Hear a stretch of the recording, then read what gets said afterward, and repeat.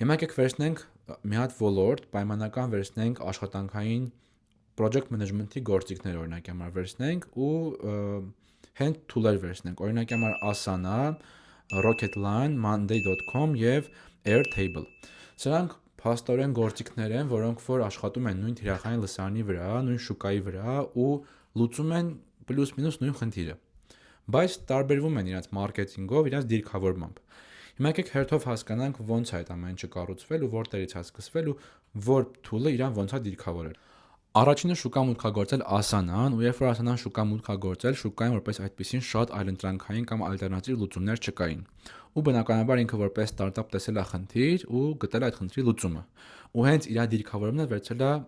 pain point based, այսինքն խնդրի լուծման հիման վրա հիմնված դիրքավորում է վերցրել ու շատ པարզ դիրքավորել է։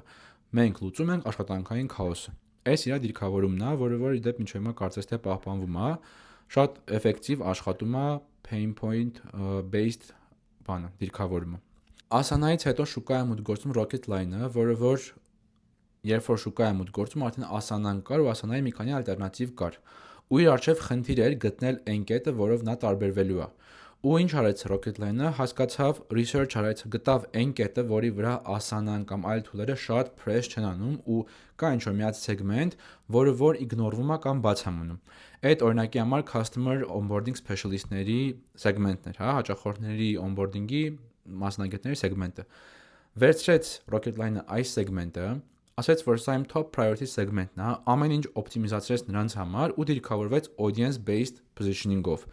Հետևաբար ես անում եմ իմ բոլոր կոմունիկացիաները ու իմ tool-ը